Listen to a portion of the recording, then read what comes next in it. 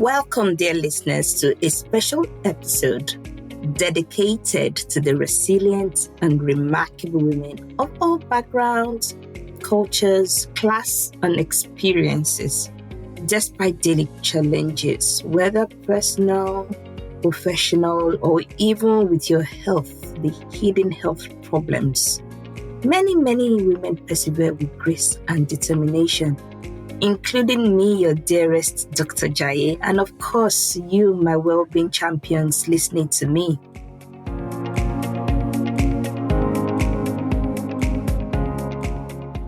Hello, friends, and welcome to this week's episode of How Do You Keep Well podcast. Thank you very much for taking time to listen to this and for your support as well.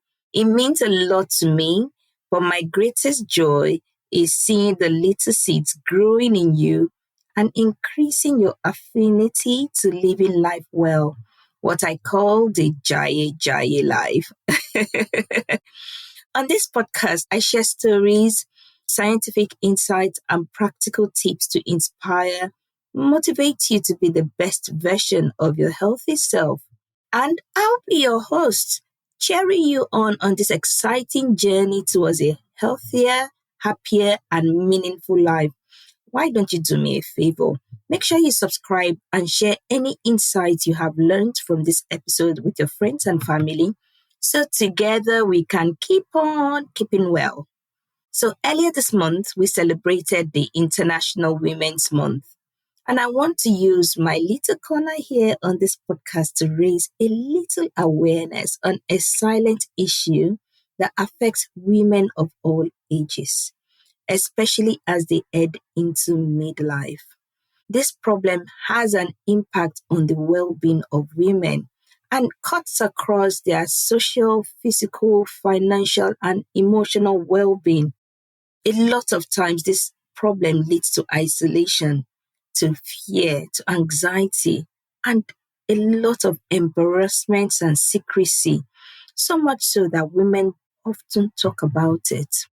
Guess what it is going to be about? It is the pelvic floor muscle. Now, let me give you this information. 60% of UK women have at least one symptom of pelvic floor health, and that ranges between problems with leaky urine, back pain, or even a prolapse.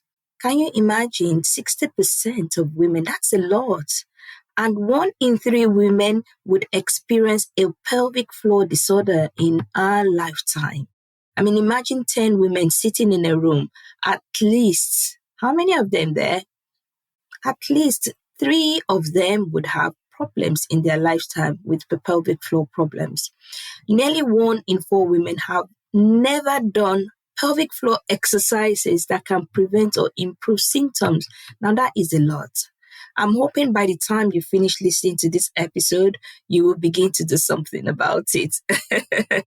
And that is what it is. In this fast-paced world, women often neglect their own health, looking after other people. And unfortunately, this results in a variety of health problems for them, including a pelvic floor dysfunction. Now, studies have actually shown that pelvic floor dysfunction or pelvic floor problems among females has a direct impact on their quality of life. Who would have thought so? Now, I know self-care is often portrayed as luxury, but it's more than just pampering. It's tailored practices for your well-being. Today, we're going to focus on this overlooked aspect of women's health, and it is about the health of these hidden muscles, which are crucial for comfort and emotional well-being. Let's explore how we can nurture this muscle so that we can thrive in this and every aspect of life. Now, let's start with this real quote I read from somewhere on the internet.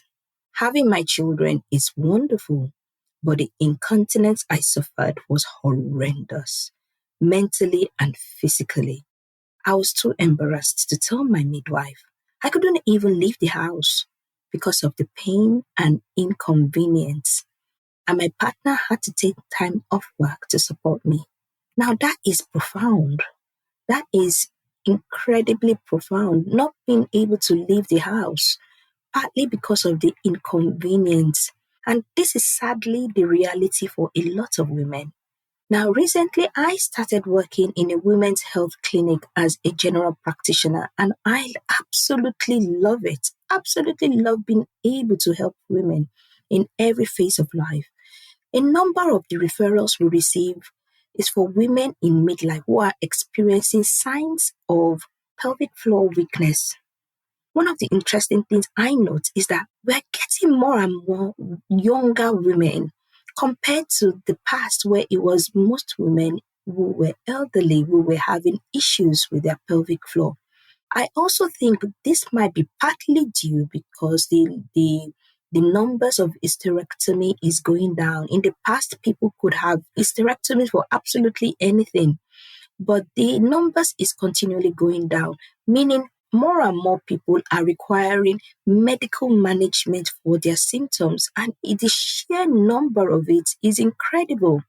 We already said that there is a strong correlation between pelvic floor muscle dysfunction and women as they age, but also the impact on the quality of life among women is increasing as well. Now, I don't know if you've ever been to a big concert, an outdoor concert, or a park, or Legoland, or one of those nice places we take our children to, our grandchildren. Have you ever seen the long queue at the ladies' toilet? I always feel so jealous when my dear husband can just literally walk into the toilet. And sometimes I'm a bit sneaky and I ask him to take the girls to the men's toilet. The women's toilet, the queue is so long. And I feel more and more we're going to be getting more of this. You hear remarks about women giggling and saying, oh, when we jump, especially when we jump on our children's trampoline, they leak urine, or when they cough, or they're constantly trying to find a toilet wherever they go. Now, these are all signs that the pelvic floor is not supporting the bladder, is not supporting the back passage, or is not supporting the womb anymore. It causes so much to women, and it has such a big impact that even on this podcast, I don't think I can completely explain the depth of its impact. We talked about the embarrassment it causes, the anxiety, the social withdrawal, and even sexual problems. Most of these are all hush hush. Nobody really talks about it. Now, what about financially? The fact that women can't go out, they are restricted to employment opportunities, there's limitation to daily activities or even exercises. And in the International Women's Day this year, we are talking about inclusion. And this aspect of inclusion is really important, and it touches me to the depth of my heart when some women cannot be included in activities that take place at work, or even in churches, or even in just their social setup, partly because of the inconvenience that comes with constantly looking for the toilet, or the fear of wetting themselves, or the fact that they are actually using a pad. Oh my goodness, it is incredible. And that is the reason why we really need to look out for people when they feel they don't attend events or ceremonies. It may well just be because they are trying to hide a medical problem and they don't want to embarrass people, or they don't want to embarrass themselves. So this International Women's Day, my call is for you, woman, or you who has a woman in your life. Please pay attention to your health needs, pay attention to the health needs of the woman in your life, and together we can build a better world for herself. I have heard so many real life stories and experiences. And like I said earlier, the woman who gave the example of what she was going through, she described it that she couldn't leave the house because of the pain and the inconvenience, but also the impact on her partner, because her partner had to take time off work to support her. And in fact, she went on to say that she had no idea that she could get medical help for it. All the adverts for pads on TV make it seem like you just have to put up with it. And even our friends thought the same. They just said it was normal part of having kids. So I'm going to address 5 misconceptions this episode, and there are so many of those, but I'll focus on 5. The first one is that pelvic floor exercises is only for women who've had children. Okay. This is very, very common. Okay. And no, pelvic floor exercises is not only for women who have given birth. In reality, pelvic floor weakness can occur for various reasons aside from childbirth. It can occur as a result of just getting older. It can occur as a result of hormonal changes in the perimenopause. So women, as you're heading towards your 30s or 40s and you're going into perimenopause, yes, you need your pelvic floor exercise more than ever before. Obviously, things like obesity or chronic cough or constipation, or if you're constantly lifting. So there are some occupations that involve people lifting, and these are again done by a lot of women. Then you are very likely to have a weaker pelvic floor. And it's important to start doing your pelvic floor exercise, and it benefits women of all ages. Okay. Now, the second misconception is that pelvic floor exercises is only for women. No. Men need it too. Men and women need their pelvic floor exercise because both men and women can experience pelvic floor muscle weakness, particularly after surgeries like prostate surgery or men who have chronic constipation or obesity. This can cause pelvic floor issues for men. So definitely keep on listening, man. If you are on there, pelvic floor exercise is also beneficial for men. Okay. Number 3, pelvic floor dysfunction is just part of being a woman, a normal part of being a woman. Okay. Yes, it is common amongst women, but it is not necessarily normal. Okay. We have to seek help. It can be effectively managed. Yes, it's normalized, but it is also something that you can receive help for, partly from a proper diagnosis, treatment, and exercises. So even if it is normal, you can still get help for it. Pelvic floor dysfunction is inevitable with age. Yes, we know that they is common in women, but they are not inevitable, okay? If you begin to be proactive and maintain the strength of your pelvic floor, then it is potentially preventable, okay? Preventable as long as you maintain the focus and you put in the hard work of strengthening your pelvic floor as you get older. Now, the last misconception that I want to address today is that pelvic floor exercises, it's only beneficial for women with existing pelvic floor issue.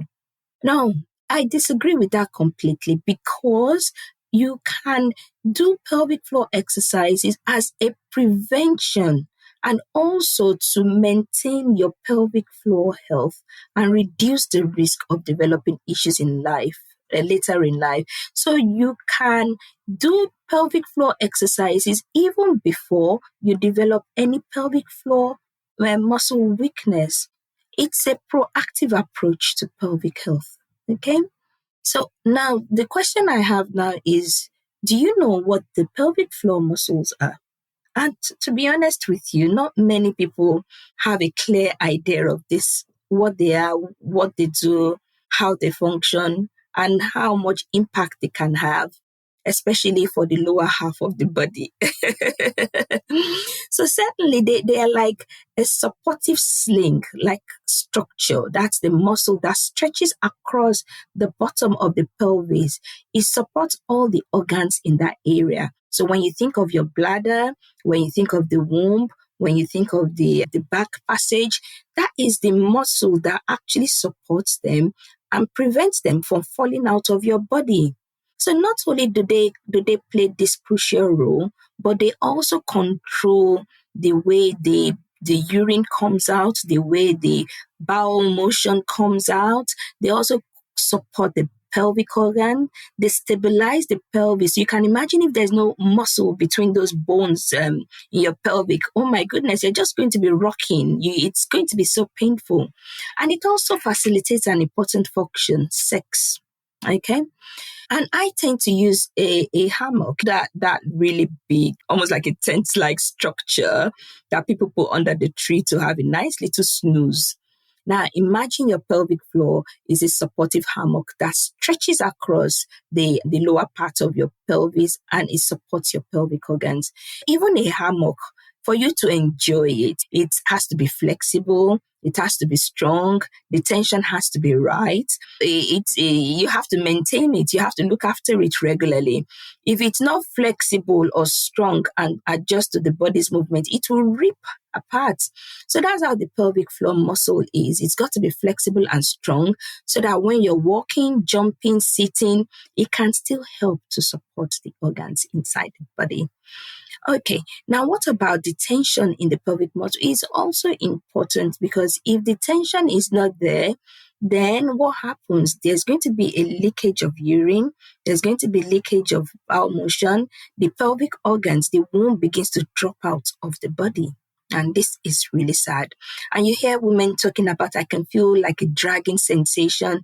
Some women describe it, it feels like I'm sitting on a bubble. You don't feel like they're sitting on, or it feels like an egg. There's an egg inside their pelvic area.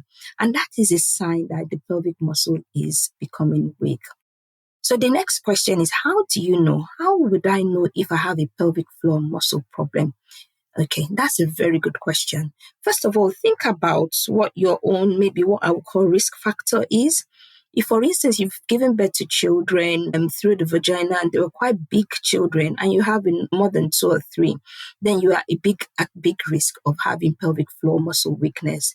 So if you're going through hormonal changes, for instance, if you are in your 40s and your hormone levels are beginning to fluctuate, then you're very likely to develop weakness, whether or not you've had children. Also, things like obesity, or when the core muscles are really weak, that means you're adding more pressure to the pelvic floor muscles. Other conditions like coughing or constipation can also, because of the constant stretching and straining of the muscles, can cause pelvic floor weakness. Now, there are some number of symptoms that people would experience. The first thing is problem with urine leaking, or the constant urge to pass urine all the time. Or also, the main one is the pelvic organ prolapse, when you begin to feel that dragging sensation, or you feel like you're sitting on an egg or a bubble. It's very, very common. And some people would actually notice that the organs are actually peeking through the vaginal opening when they look down below as well. Now, this is very important, especially if you are in a active sexual relationship with your partner. Pelvic floor muscle weakness can actually contribute to sexual problems. There is the reduction in sexual sensation. There's a lot of pain, you can imagine, during intercourse, and there's also difficulty achieving orgasm. Okay. We've talked about leaking urine. There's also the leaking poo as well. Some people actually struggle to open their bowels and they need to put their fingers into the vagina to push the poo out, partly because the muscles are not strong enough to push the poo out. It can cause a number of problems. Pelvic pain, some people have waist pain or back pain, especially if they have sat down for long periods of time, or even maybe played sports or gone on a walk. It can cause a lot of pain in the pelvic area. And also like back pain. Even your posture can change as a result of the pelvic tilt, the fact that everything is moving forward in the pelvic area, then the posture changes as well. So there are a number of factors, there are a number of symptoms as well that might help you understand that, actually, it looks like I may have some pelvic floor muscle weakness, and it's really important to seek for help, okay? So the next question really is, what do you do if you notice that you have the symptoms? Please, please, please, it's not a secret. We all know, your doctors know, you might experience this at some point in time or the other, especially if you have not been doing any strengthening exercise. There is help available. There are some special clinics that have been set up for women's pelvic health. Remember the story of the lady I shared earlier? She said she has spent a small fortune on pads before she sought help, and she was able to receive personalized care plan from NHS specialists. So there are new clinics, there are women's health hubs scattered across the country here in the UK. And I'm really hoping at some point, it's a dream in my heart, that we can set up women health hubs in other countries as well, especially in Nigeria, where people can get all the support they need in one place. And this will make so many difference. So it's just a big difference to people. Okay, obviously there's help available, but you can be proactive to prevent these pelvic health problems. You can be proactive at any age, before you have your children, when you have your children, after you have your children, and even when you are no more planning to have any children at all. It's really important to be proactive. The second way, obviously, is a holistic approach. I'm a lifestyle medicine specialist. I love talking about how we can improve our lifespan and health span. And definitely when it comes to pelvic floor health, the nutrition plays a role.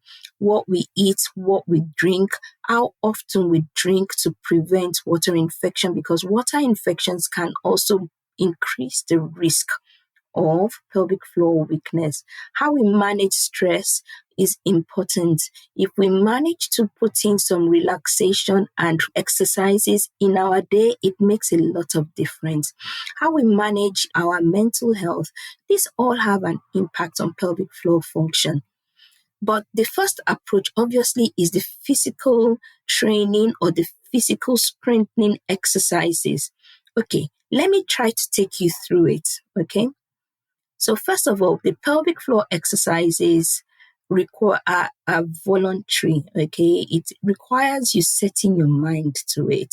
It's a planned thing. It's got to be structured and it's got to be repetitive. You can't do it once and forget about it. You have to really put in the things that will help you to remember to do it. Okay. And really, these things may involve, for instance, you want to prompt yourself first thing in the morning or last thing at night before you go to bed, or when you are in bed, or when you're brushing your teeth, or when you're driving to work. You just decide to focus, zone in into that area of your body and begin to do these strengthening exercises. Definitely, when you do this, you will begin to notice a difference. And I've met so many women who tell me they notice a difference when they start doing this. It helps the strength, it helps the coordination, and it helps the function of the pelvic floor muscle. So this is what I say to people. When you want to do your pelvic floor exercises, there are 3 areas to squeeze. So imagine you want to pass urine. The way you squeeze that front opening to stop you from passing urine, yes, those are the muscles that you really need. So there are 3 areas. You want to squeeze the front, you want to squeeze the middle, and you want to squeeze the back passage. And you want to hold this squeezing sensation for a couple of seconds and relax it. And you want to repeat this a number of times. Start where you feel comfortable, but build it up each time and hold it for longer each time. If you can, do it twice a day, up to 3 times a week. If you are struggling to feel that sensation, lean forward a little bit, okay? And then try it again. 3 areas, the front, the middle, and the back. Like my Pilates teacher always say, when you're doing the middle, you have to pull it up first floor, second floor, third floor, and to the 6th floor if you can. The other way to increase the sensation is you can sit down on a closed toilet seat. When you do that, then you can feel the pressure in your pelvic area and then squeeze. So if you're struggling to do this all by yourself, definitely there are women, or not necessarily women, there are physiotherapists who have special interest in pelvic floor exercises. Well, you can also download the Squeezy app, which is actually free and it helps you to focus better. So why don't you try that? Okay. Now, the second physical exercise or physical strengthening you need is your core. These are the muscles around your tummy and your back. When you can provide additional support to the pelvic floor, it helps to alleviate the symptoms of dysfunction. It helps with your posture, especially when you stand or sit for very long periods of time. Just the ability to strengthen your core muscles helps to reduce the pressure on the pelvic floor. Okay? And it helps to prevent the worsening of symptoms. Obviously, we've talked about your nutrition, drinking at least 6 to 8 cups of water daily to help to reduce the risk of a urine infection is important. It also makes you feel full as well when you drink plenty of water, and that helps to reduce overeating and then helps you to maintain your weight. Maintaining the weight is really, really important, and is because it prevents that strain, that pressure on the pelvic floor muscles. Okay. The other aspect of your nutrition is definitely avoiding constipation, because the more you strain those muscles, the more likely the weaker and less tense they are as time goes on. So the third thing I want to talk about is about the managing stress. And we know there's a bi-directional relationship between urine symptoms in pelvic floor dysfunction and anxiety. Urine symptoms worsen emotional distress, which is natural. But in turn, the anxiety can make the symptoms worse. Okay. So it's really important that as you do your pelvic floor exercises regularly, as you maintain your nutrition and your diet, also think about the emotional aspect of it as well. I always recommend starting easy with mindfulness or meditation or even deep breathing exercises, or you could try something called the progressive muscle relaxation. And this is just a matter of tightening and relaxing the muscles. And that is what the pelvic floor is really, to be honest with you. But also you can try some stretching and relaxation techniques in Pilates, because I strongly love my Pilates. I've been doing my classes for some time. I've not been able to do it in the last few weeks, but I feel it's such a brilliant way of strengthening your muscles, but also maintaining a increased awareness of your body, and also practicing some deep breathing exercises. Okay. Now, 2 more. Definitely try to find some emotional support group where they encourage you. You have a sense of camaraderie, so you don't feel too isolated by yourself managing the symptoms. Okay. Finally, seek early help. Okay. As a GP myself with interest in women's health, I have had the opportunity to see the incredible positive experience of women who get help with this issue. There are a number of procedures, and the one that your most primary care physicians might be able to offer is to put in pessaries. Now, pessaries are an interesting medical devices. They look simple, but they do incredible jobs, okay? There are so many different types that can be used. So it's really important to get help from people who know what they're doing. Obviously, there are other types of treatments like using the vaginal estrogen cream just to help to keep things kind of nice and comfortable in the inside there as well. Okay, today I have touched on a topic that can truly make a difference in the life of a woman, or if you have a woman in your life and you're listening to this can make such a big difference. The fact that you are empowered to ask for help, if that is the only thing I could achieve, then I'm glad. The pelvic muscles are often ignored until they get really weak and they start causing a number of problems. So we have addressed some common misconceptions about pelvic muscle training. We have described where they are, what they do, and how to spot if there is a problem and what to do about it early on. So let's keep ensuring we keep our muscles strong and healthy. There are support systems for keeping us well through our lifespan. For me, March is for movement and March is for strengthening our muscles. Okay.